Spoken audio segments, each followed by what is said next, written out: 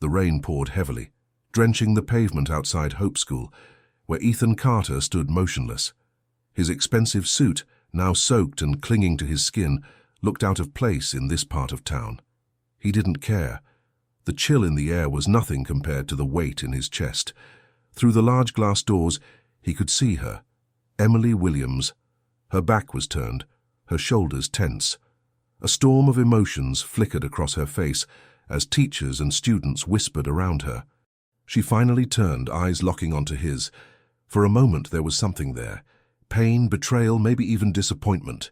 Then she exhaled sharply, wiped the moisture from her eyes, and said in a voice so cold it cut deeper than the rain, "I never should have trusted you." The words hit harder than he expected. Before he could take a step forward, Emily shook her head and disappeared into the school. The doors shut. The whispers faded. Ethan clenched his fists. His jaw tightened. How the hell had it come to this? 2 months earlier. The ambiance inside La Magnifique, one of the most exclusive restaurants in New York, buzzed with the quiet hum of wealth. Crystal chandeliers bathed the room in a golden glow, reflecting off glasses filled with vintage wine that cost more than the average person's rent. Ethan leaned back in his chair, swirling his glass absent-mindedly as he smirked at the man across from him. "Love without money doesn't exist," Gregory Langford declared, placing his drink down with finality. "Strip away the luxury, and you'll see how quickly people leave." The other men at the table chuckled in agreement. "Exactly," someone added. "A woman might say she loves you for who you are, but take away the private jets, the penthouses, the gifts. What's left?" Ethan shook his head, an amused smile playing on his lips. "You're all so damn cynical.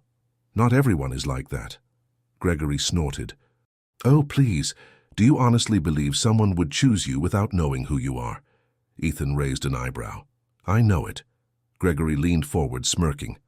"Then prove it." The table went silent. Even the usual background noise of clinking glasses and hushed conversations seemed to fade. Ethan tilted his head. "You want me to prove that love isn't about money?" Gregory nodded. "Find someone who has no idea you're a billionaire. No private cars, no black card, no Carter name. If she falls for you anyway, I'll admit you're right." The challenge sent a thrill through Ethan's veins. He had never been one to back down. He lifted his glass. "All right, challenge accepted." The men laughed, raising their own glasses in amusement. "Good luck, Carter," Gregory said, shaking his head. "But don't say I didn't warn you." The next afternoon, Ethan found himself driving toward a part of town he had never stepped foot in before. His usual world of luxury was replaced by narrow streets, lined with small businesses, aging apartment buildings, and graffiti-tagged brick walls. The stark contrast to his life was striking, but he wasn't deterred. The Hope School appeared ahead, its modest sign swaying slightly in the wind. Unlike the polished private institutions he had funded for PR purposes, this place had an air of resilience, humble but full of life. Ethan parked his car, a simple, unassuming sedan he had borrowed from one of his drivers. No chauffeur, no security, no flashy display of wealth. He was just Ethan Carter, an average guy looking for volunteer work. Stepping inside, he immediately felt out of place. The halls were filled with colorful drawings, mismatched chairs, and a faint scent of old books. The warmth of the place contrasted with the cold, impersonal elegance of the buildings he usually occupied. And then he saw her. Emily Williams. She was standing near a group of children, listening intently as a little girl showed her a crumpled piece of paper covered in bright scribbles. Her laughter was soft but genuine, her presence radiating a quiet strength. Something about her caught him off guard. He had expected this to be simple, charming a woman who didn't know his wealth, but watching her now, he realized charm alone wouldn't be enough. She wasn't the type to be impressed by words. And for the first time since accepting the challenge, a flicker of doubt crept into his mind. Had he underestimated this? Ethan adjusted the sleeves of his simple button-up shirt, a far cry from the tailored suits he usually wore. It felt strange, almost like stepping into someone else's skin, but he needed to blend in. No private chauffeur, no designer labels, just a man looking for volunteer work. He approached the front desk, where a middle-aged receptionist with reading glasses perched on the tip of her nose glanced up. Her eyes flickered with curiosity. "Can I help you?" Ethan nodded, offering a well-rehearsed smile. "Hi, I'm Ethan. Walker." The false last name felt foreign on his tongue. "I heard the school was looking for volunteers." The woman hesitated for a second before shuffling some papers. "We can always use extra hands, but most people come through referrals. Do you have any experience working with kids?" Experience? The closest he had come to children was signing off on charity donations that his PR team arranged. He cleared his throat.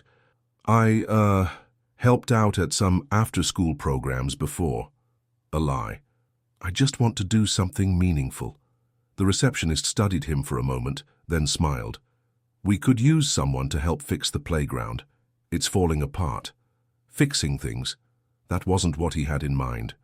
He had expected something easier. Reading books to kids, handing out supplies, something that required nothing more than his presence. But he couldn't back out now. "That sounds great," he said, forcing enthusiasm into his voice. "Wonderful. Let me introduce you to Emily." His stomach tightened unexpectedly. Emily, the woman who had intrigued him from the moment he saw her. As they walked down the hall, Ethan caught glimpses of the school's reality. Cracked walls, faded posters, teachers sharing one ancient-looking printer. It was nothing like the pristine, state-of-the-art institutions he had funded in the past. The receptionist stopped at an open doorway. Inside, Emily knelt beside a boy struggling with a worksheet. "Emily?" The receptionist knocked lightly. "This is Ethan Walker. He's volunteering." Emily looked up. Their eyes met, and Ethan felt an odd shift inside him. Up close, she was even more striking. Warm brown eyes filled with quiet determination, dark wavy hair pulled into a loose bun, a smudge of marker ink on her wrist. She wiped her hands on her skirt and stood. "Nice to meet you, Ethan." "You too," he said, a little too quickly. She studied him with polite skepticism. "You're here to help with the playground?" "That's what they told me." Her lips twitched. "Did they also tell you it's a complete disaster?" He chuckled, surprised by her bluntness. "I guess I'll find out." She crossed her arms, tilting her head slightly.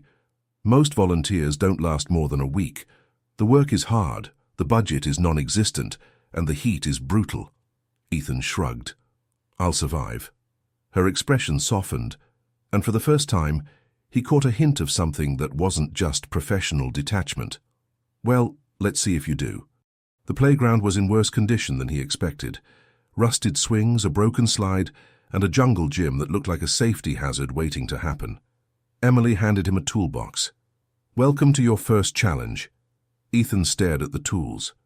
"No instructions?" She smirked. "Figure it out." The next few hours were brutal. Sweat clung to his back as he struggled to loosen rusted bolts, replace cracked wooden planks, and hammer nails without smashing his own fingers. He was used to overseeing projects, not physically working on them. Emily watched from a distance, occasionally offering a sarcastic comment when he fumbled. But beneath her amusement, there was something else: approval. Children ran around him, laughing and playing, completely unaware that he was worth billions. For the first time in years, no one looked at him for what he could offer financially. Just a man fixing a playground. It felt strange and surprisingly satisfying. By the time the sun began to set, Ethan was exhausted. Emily walked over, arms crossed, examining his progress. "Not bad." He wiped sweat from his forehead. "Was that a compliment?" She smirked. "Don't push your luck." A little girl ran up, tugging at Emily's sleeve. "Miss Emily, is he your boyfriend?" Ethan grinned, waiting for her reaction. Emily sighed dramatically. "Absolutely not." The girl giggled and ran off. Ethan chuckled, shaking his head. "Brutal." Emily smiled, genuinely this time. "See you tomorrow, Ethan." And just like that, he realized something unexpected. For the first time, this wasn't about proving a point. He actually wanted to come back. Ethan arrived at Hope School earlier than expected. The crisp morning air carried the scent of fresh bread from the corner bakery, mixing with the distant laughter of children already playing in the yard. It was a stark contrast to the polished, controlled mornings he was used to, waking up in silk sheets, drinking imported coffee, checking the stock market before even stepping out of bed. Today, he was here before Emily. and that unsettled him more than he cared to admit. He leaned against the fence watching as a group of kids played tag. Their sneakers kicked up dust, their laughter rising with the morning sun. They had so little, yet they seemed happy. When was the last time he felt something like that? "You're early." Emily's voice pulled him from his thoughts. He turned to find her standing behind him, a coffee cup in one hand, her bag slung over her shoulder. "Figured I'd get a head start," he said, keeping his tone light. She gave him a look, curious, slightly amused. "Didn't think you'd last past day one." Ethan smirked. "I like proving people wrong." Emily chuckled, shaking her head. "Come on then. We've got a long day ahead." The morning was a blur of hammering, lifting, and trying not to let the summer heat get the best of him. The playground was slowly starting to look like something functional again, but there was still a long way to go. Ethan paused to take a sip of water, watching as Emily knelt beside a group of kids working on an art project under the shade of a tree. She was different, not just from the women he knew, but from everyone in his world. There was no pretense, no angle. She was just real, and that terrified him. He had convinced himself this would be easy, win her over, prove his point, walk away victorious. But the more time he spent here, the less it felt like a game. "Ethan!" One of the boys, Liam, if he remembered correctly, ran up to him holding a small battered soccer ball. "We need one more person." Ethan raised an eyebrow. "For what?" "Soccer, come on!"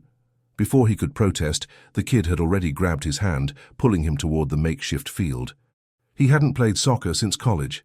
Back then it was competitive, full of stakes and pressure.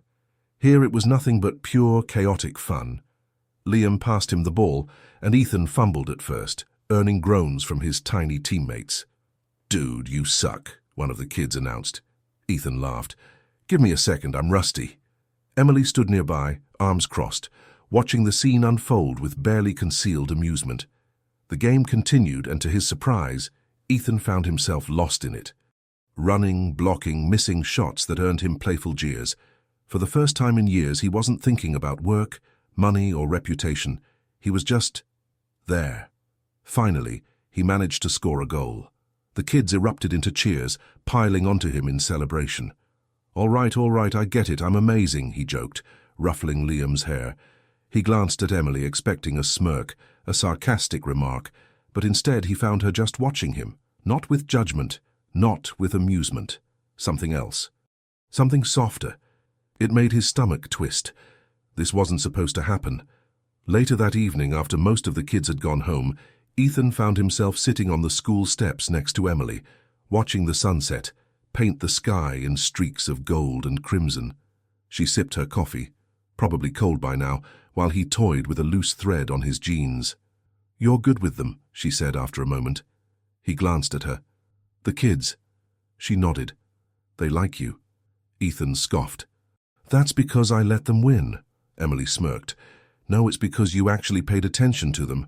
Most adults don't." That hit harder than he expected.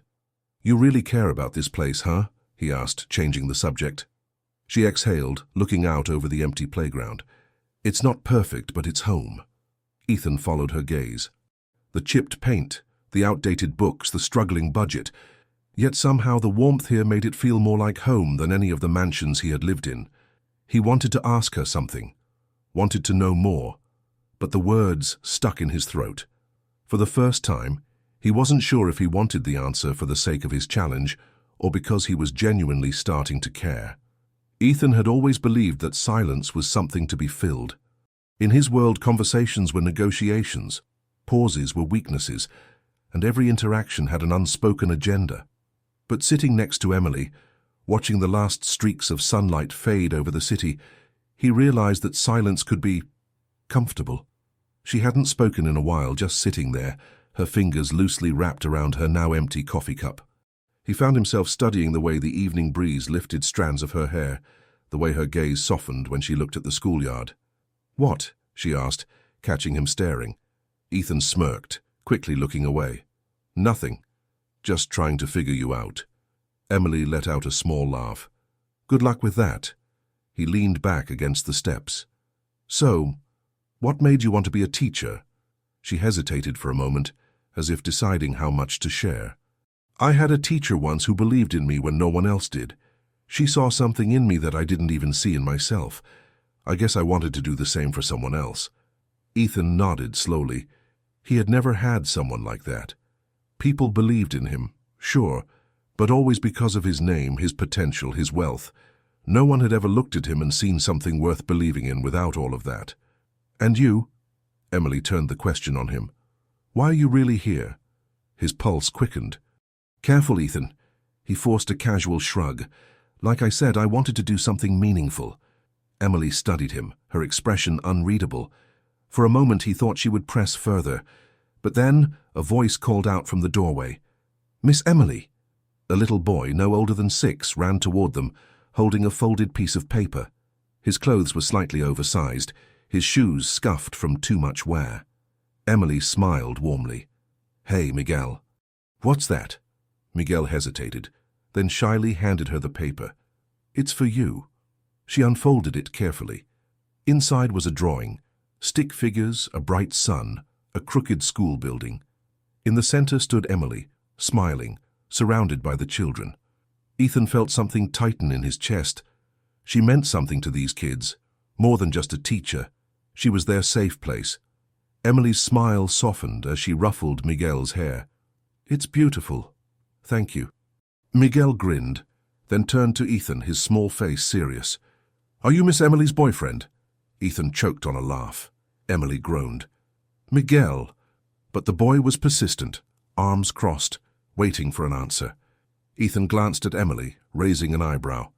Well? She rolled her eyes. Not a chance. Miguel frowned, clearly disappointed. But you should be. You're nice. And you fixed the playground. Ethan smirked. See? The kid has good taste. Emily just shook her head, but he caught the way she was biting back a smile. After Miguel ran off, Ethan turned to her. Admit it. You're warming up to me. She sighed, shaking her head with mock exasperation. You are tolerable at best, Carter. His stomach twisted. Not Walker.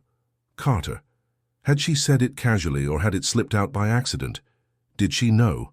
No, impossible. But the thought sent a cold spike of unease through him. Because for the first time he didn't just worry about being caught. He worried about losing this, losing her. And that was not part of the plan. Ethan couldn't shake the unease that settled in his chest. It was just a name, Carter. His real name. Emily had probably said it without thinking, but it rattled him more than it should have. Because the longer he stayed here, the more dangerous this game became. And the worst part, he wasn't even sure if it was a game anymore. The next morning, he arrived at Hope School to find Emily already outside, stacking boxes near the entrance. She had a smudge of dirt on her cheek, her hair pulled into a messy bun, looking effortlessly beautiful in a way that made Ethan forget how to form complete thoughts. Need a hand? He asked, shaking off the distraction. She glanced up, shielding her eyes from the sun. If you're offering, I won't say no. Ethan rolled up his sleeves and grabbed a box. It was heavier than expected. What is this, Bricks? Emily laughed. Books. A donor sent over some supplies. That caught his attention. A donor? Yeah, someone anonymous. We don't get that kind of generosity often. Ethan schooled his expression. He had arranged the donation last night. It was a simple transfer, one of many he had made in his lifetime, but this time he hadn't done it for tax breaks or good PR. He had done it because he wanted to help. Because of her.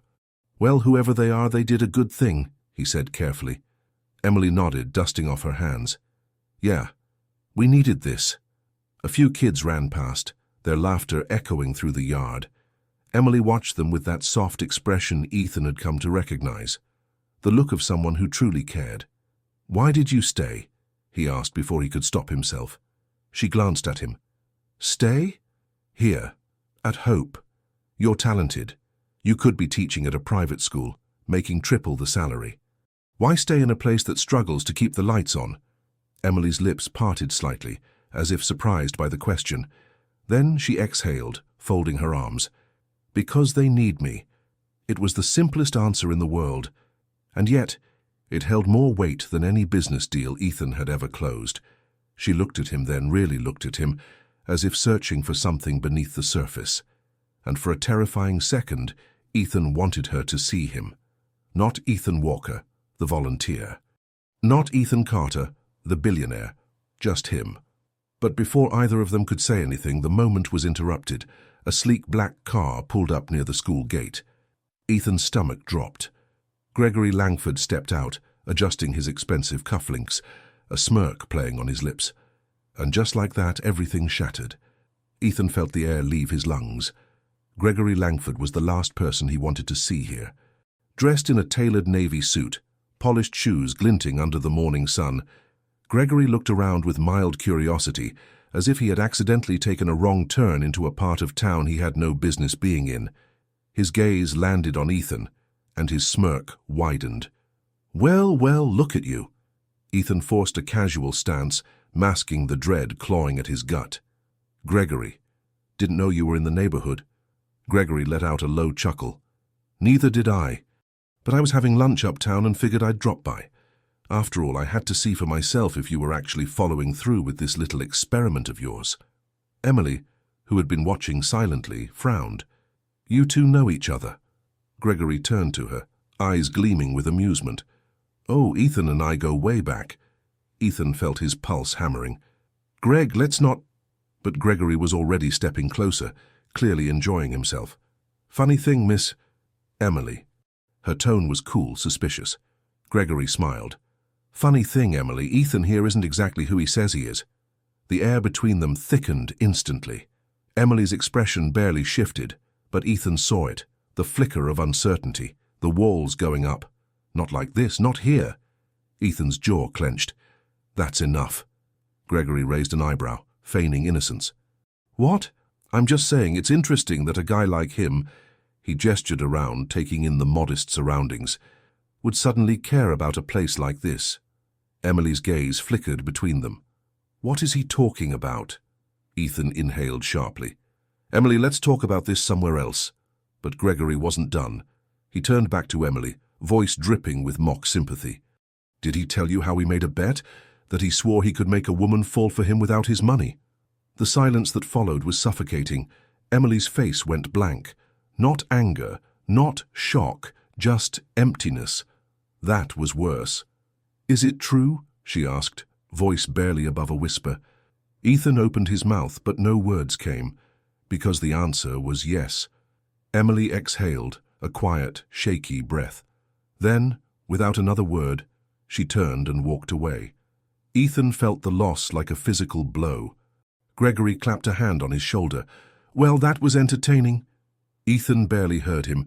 His world had just collapsed, and he had no one to blame but himself. Ethan stood frozen, his mind racing, but his body unwilling to move. Emily was already halfway across the yard, her pace quick but controlled, like she refused to let herself run. He should go after her. But what would he even say? That it had started as a game, but somewhere along the way she became real. That he never meant to hurt her, but that didn't change the fact that he did. Gregory let out a satisfied sigh beside him. "Well, that went about as well as expected." Ethan turned sharply. "Get the hell out of here." Gregory smirked, unfazed. "Relax, you were going to lose sooner or later." Ethan's hands curled into fists. "This wasn't about winning." Gregory chuckled. "That's the problem, isn't it?" He adjusted his cufflinks, glancing around the schoolyard like it was some sort of failed social experiment. "You let yourself get caught up in the fantasy, but at the end of the day, you're still Ethan Carter, and she—" he tilted his head toward Emily's retreating figure— "was never meant to be part of your world." Ethan's stomach twisted. "Leave." Gregory held up his hands in mock surrender. "Suit yourself. Just don't say I didn't warn you." With that, he strolled back to his car, sliding into the leather seats like he had just wrapped up a business deal. Ethan barely noticed him drive away. His eyes were still locked on Emily, now disappearing into the school building. A heavy silence settled around him. He had spent his whole life believing that money could fix anything, that problems could be negotiated, people could be persuaded, and mistakes could be erased. But standing there watching the one person who had made him feel something real walk away, Ethan understood a brutal truth. Some things couldn't be undone. And for the first time in his life, he didn't know how to fix it. Ethan didn't go home that night. Instead, he drove aimlessly through the city, past towering glass buildings and luxury boutiques, past restaurants where he was a regular, past streets lined with people who lived in a completely different world than the one he had stepped into at Hope School. His phone buzzed on the passenger seat. He didn't have to check to know it was Gregory. The man never missed an opportunity to rub salt in an open wound. Ethan ignored it. For the first time, he wasn't interested in what his old life had to say. At some point, he found himself parked outside the school. The lights inside were dim, but he could see the faint glow from Emily's classroom. She was still here. He didn't know why that mattered, but it did. For a long moment, he just sat there, gripping the wheel. He had faced CEOs, government officials, and entire boards of directors. He had closed billion-dollar deals without breaking a sweat. And yet knocking on that door felt impossible, because this wasn't a negotiation. This was something he couldn't control. Finally, before he could change his mind, he stepped out of the car and walked toward the entrance. The hallway was empty, save for the faint sound of papers being shuffled. He stopped in the doorway. Emily sat at her desk, grading assignments. She didn't look up. The school's closed. Ethan swallowed. I know. She exhaled through her nose, setting her pen down. Then why are you here? He took a cautious step forward. Because I need you to know the truth. Emily let out a dry laugh, finally looking at him. Her eyes were unreadable, but her voice was sharp. The truth? You mean the one where you turned my life into a joke for your rich friends? Ethan flinched. It was never a joke. Really? Because from where I'm standing, it sure as hell feels like one. Her voice was steady, but he could see it. The tightness in her jaw, the way her hands curled slightly into fists. She wasn't just angry, she was hurt, and that was worse. He ran a hand through his hair, exhaling. I didn't expect this to happen.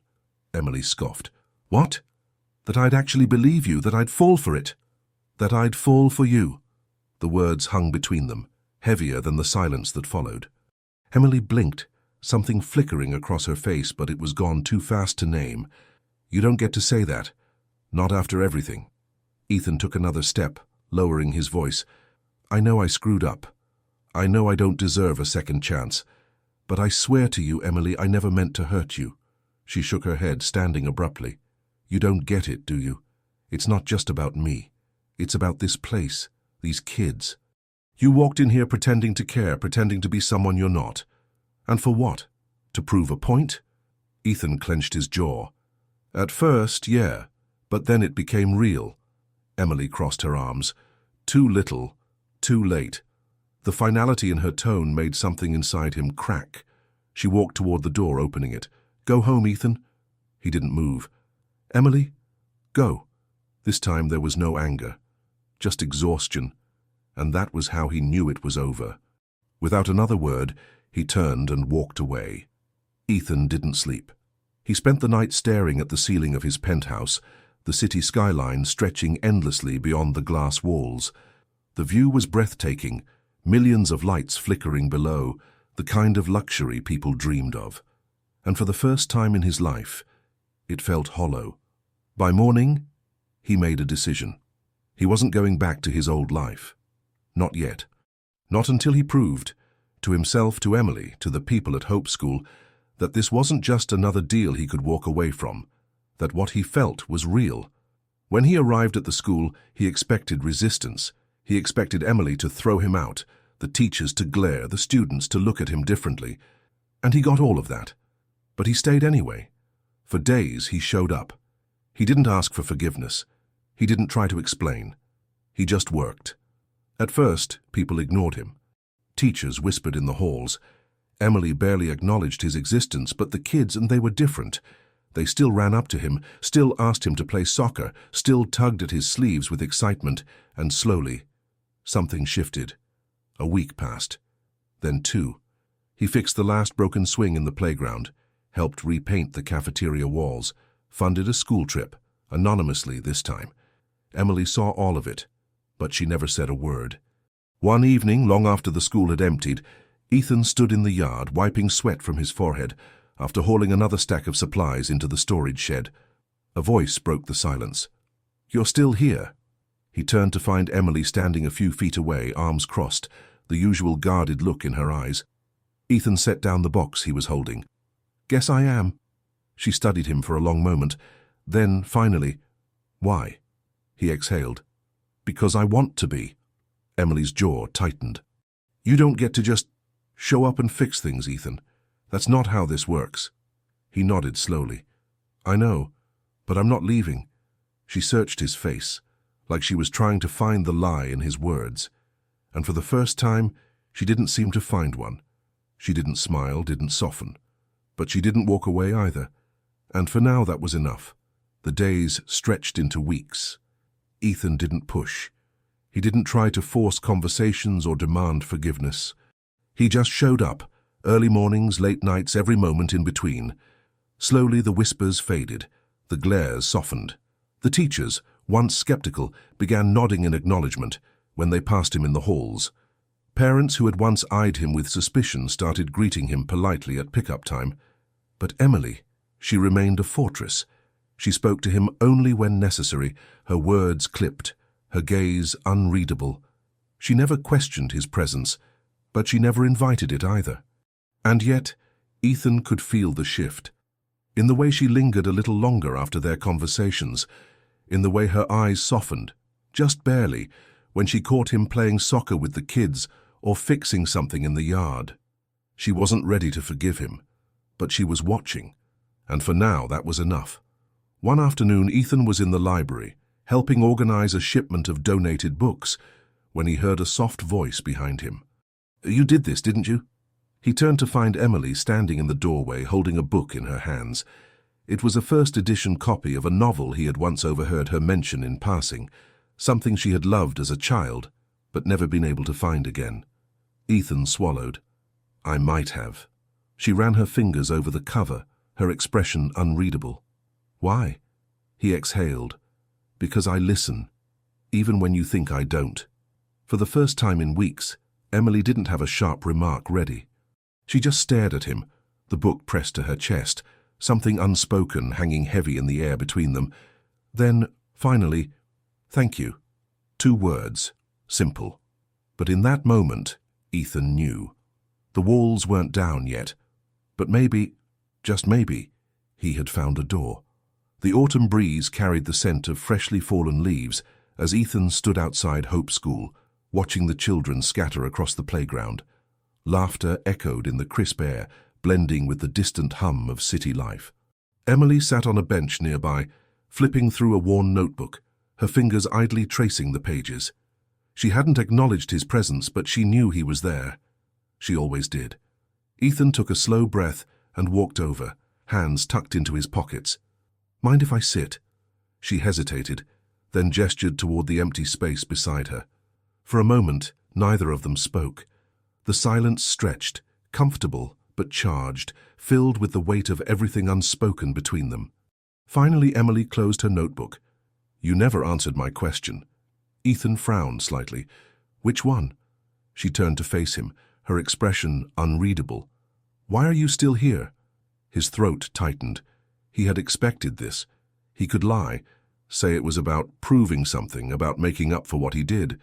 But Emily didn't want rehearsed words. She wanted the truth. Ethan exhaled. "Because this place changed me." He paused, then corrected himself. "Because you did."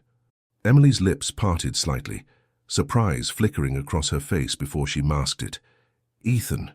He leaned forward, resting his elbows on his knees.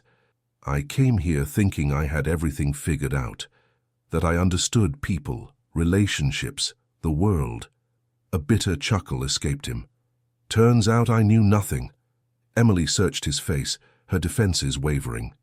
Ethan swallowed. "I don't expect you to forgive me. I don't even expect you to believe me. But I'm not here because I feel guilty. I'm here because, for the first time in my life, I don't want to walk away." Silence. Then, softly, "I don't know if I can trust you again." Ethan nodded. "I know." She studied him, her fingers tightening around the notebook. And then, after what felt like an eternity, she closed her eyes and sighed. "But I'm starting to believe that maybe you're not the same person who walked in here months ago." It wasn't forgiveness, but it was something. and for now, that was enough. Ethan didn't expect things to go back to the way they were. Trust wasn't something that could be rebuilt overnight, but for the first time, there was something between them that wasn't just silence. Small moments, a nod in the hallway, a shared glance when a student said something funny, a quiet acknowledgement that he was still here and that she was starting to believe he might actually stay. One afternoon, as he was finishing repainting a section of the playground fence, Emily walked up beside him, holding 2 paper cups of coffee. She handed him one without a word. Ethan raised an eyebrow, taking it. "What's this?" "A truce." A slow smile tugged at the corner of his lips.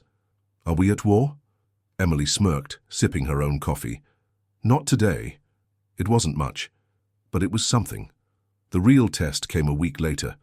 It was a Saturday, and the school was hosting a fundraising event, a small carnival to bring in donations for new supplies. Parents, teachers, and kids filled the grounds, laughter and music blending into the crisp autumn air. Ethan had spent most of the morning helping set up booths, hauling equipment, and fixing last-minute problems. He didn't need to be here, but he wanted to be. As he finished securing a banner, he spotted Emily across the yard, talking to a man he didn't recognize. Tall, well-dressed, with a confident stance. They laughed at something, and for reasons he didn't quite understand, Ethan's stomach twisted. He forced himself to look away, reminding himself that he had no right to feel anything. But then, a few minutes later, Emily approached him. "Ethan." He wiped his hands on his jeans, forcing a casual smile. "What's up?" She hesitated, then tilted her head toward the man. "That's Daniel, an old friend. He runs an education non-profit." Ethan nodded slowly. "Seems like a good guy." Emily studied him, as if waiting for something. When he didn't say more, she sighed. "You're allowed to ask, you know." He frowned. "Ask what?" She rolled her eyes. "If we're dating." Ethan exhaled, shaking his head. "Emily, you don't owe me." "We're not." The words hung between them. Ethan looked at her then, really looked at her. There was something in her expression. Uncertainty. Hesitation. A door left slightly open.